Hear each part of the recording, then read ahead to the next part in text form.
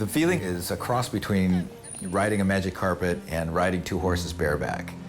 So there's a union between the machinery in the bike and your body itself. It's really cool. Are you the inventor? Mm-hmm. It's like a dance. It teaches you something about yourself almost. After you're done riding round, you feel better. It's kind of euphoric, kind of exciting as you move through an urban landscape and find your destination. I look for emerging technologies that will change our lives. There's a balance we all have between the future we envision and what we're willing to give up, to actually get to that future. I just built it, and it wasn't until I started riding it around in the city that I discovered really what it was. And it just turned out to be an interesting platform to move the human body around in space. Hi, I'm Chris Hoffman, the inventor of the world's first single-wheel electric motorcycle.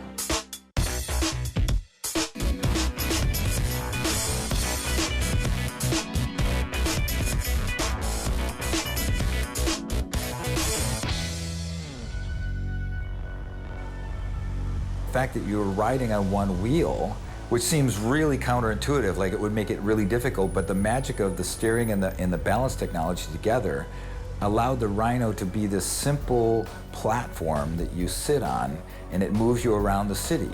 You're able to put your feet down on the ground when you're stopped, so my hands are free.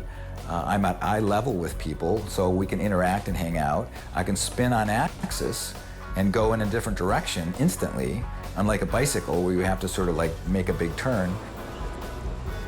It's hard to get your head around when you first see it because it's so smooth when you ride it. Because most people that watch a unicycle rider, they're flailing their arms around and trying to stay in balance, and this thing just goes by like it's on a railroad track, and they can't figure it out. At the center of the bike is a gyro, and it's a little accelerometer that knows where the center of the Earth is. So that shows up in software as a tilt angle. So if the bike leans forward, it simply drives the wheel under the center of gravity. So it's very stable. And it's also very powerful, so it'll do that really quick.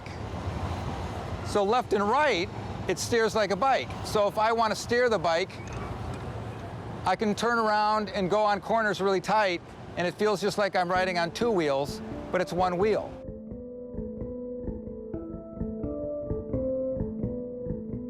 Well, I grew up north of Detroit, a big industrial town where the auto industry is. I left high school and just got a job at an engineering office, getting donuts and running blueprints. And it took me a year before they even gave me a drawing board. But I just stuck with it. I ended up being actually pretty good at it. And then I landed a job at a company that was sort of like a skunk works, a research and development lab for a major Midwestern company. And we spent a lot of time doing creative training and becoming better innovators. And that's where I really started realizing how important it was to sort of get in touch with your own expressive person.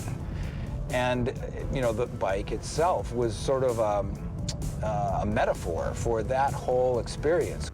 Come to grips with just how big of a challenge, that's really going to be. And not only that, but who am I going to have to become to stay, with that challenge? Yeah, we're going out to my shop where I originally met Florin, and he said, yeah, you can come over and use a corner of my shop, but, what are you doing? So when I first started the RYNO bike, I was making it in my garage, and I finally got to a point where I needed a real machine shop and somebody to support me make parts. So I came to Florin, and we'd known each other for a while. I said, what do you think of this idea? I was very serious about the fact that this wasn't going to work. And I'm like, okay, dude, I will take that challenge.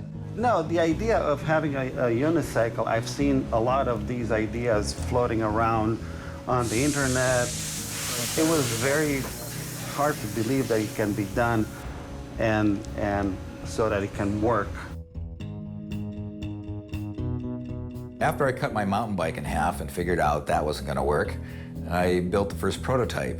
I don't build prototypes that are crappy. I mean, everything I do is beautiful. So it took me almost a whole year to pound out all the aluminum pieces and take the machine shop class and make the machined parts for the gear. Yeah, by the time I got all the way done with all that, a whole year had gone by. We have to do something simple. Because if you add 2 wheels and flywheels, it's just going to get too complicated and it's going to be too expensive. So the only thing we could do was add steering like on a bike. And my software guy's like, what sense does that make? It's 1 wheel. I'm like, let's just build it. So we just slapped some stuff together, welded this frame, put some handlebars on the front, and added this steering linkage in the back. So he puts the software into this bike, we turn it on, and I just ride off down the street, like magic. And I loop back around, and I come back, and like, now what? I mean, to get to this point, it was probably about $5,000 out of my pocket. And then, you know, to get to that point, it was more like $80,000. You know, by that time, I had left my marriage and sold my house. We built Prototype 2 to add some level of steering, just to prove that, you know, would steering have an effect? And that prototype was what I started riding around my neighborhood because it was so much fun. But at one point, I'm riding that bike along, and the gyro came unplugged and smashed into the ground, and I ended up going into the ground pretty hard. I could have killed myself, you know, and there was a moment there where the day after I hurt myself, I'm standing in the living room of my house, and the bike is laying out in the driveway in the pouring rain because the neighbors brought it home. And I asked myself that question, you know, do I want to continue to do this? And there was something in me that said, you know, I'm not done.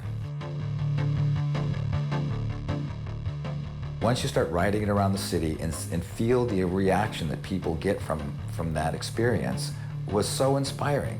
And then the second thing was the YouTube videos that started out 10,000 views, and then it started getting 1 million views, and I started getting emails from people all over the world.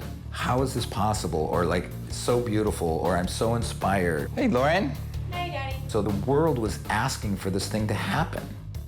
When I was about 12 years old, we were taking one of our classic daddy-daughter fishing trips, and as we would so often at that time, we would have our could this really exist conversations or inventor talk, whatever. And recently I had seen something like it in a TV show, but it was more like a hollowed out laser flywheel kind of construction. So I drew it out and said, Dad, could this really exist? And so we talked about well, let's see how it would work, etc. And so that conversation just kind of left it, didn't really think much of it, but he picked it back up and just ran with it, and it bloomed into this whole company, invention. It's been amazing to watch.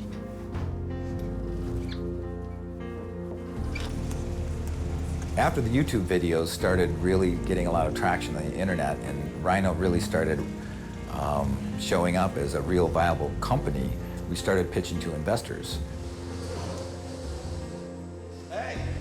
So once I had the $1.3 million investment closed, we started a company and hired 6 people, opened an office, a little machine shop, and started developing a real production bike. Rich is actually one of our board members now. He originally was on the due diligence team for the investors that first invested in RYNO Motors. So he was against us at one point, and once we won that round of financing, he came over and joined our board of directors. And the experience for me of being a CEO for an early startup was pretty traumatic. I mean, I'm an engineer guy. So he was asking really hard questions and getting really detailed in what he was asking about, because personally, I think he was actually interested. He wanted to make sure that we were successful.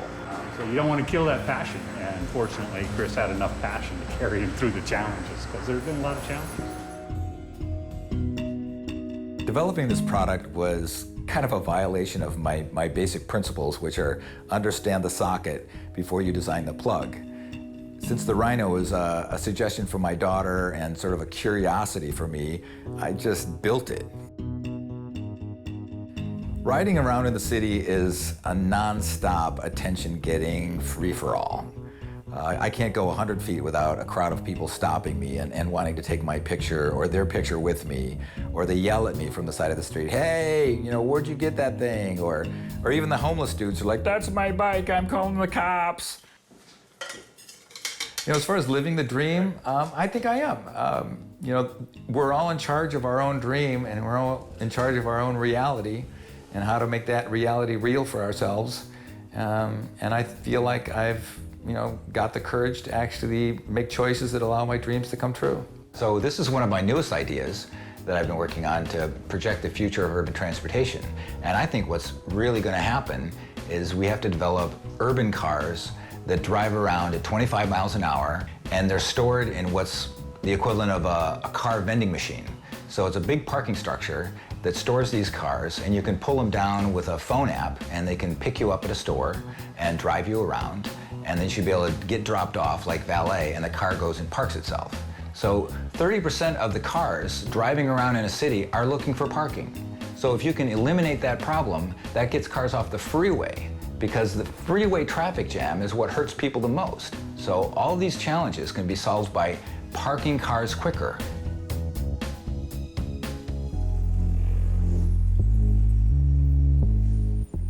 The whole project taught me to be myself. I believe that all of us have this pure essence of who we are inside of ourselves, and our goal is to unplug all of the judgment from society and judgment from other people on our team. So how do you stand up for yourself, and how do you claim your own freedom to be the person that you really are?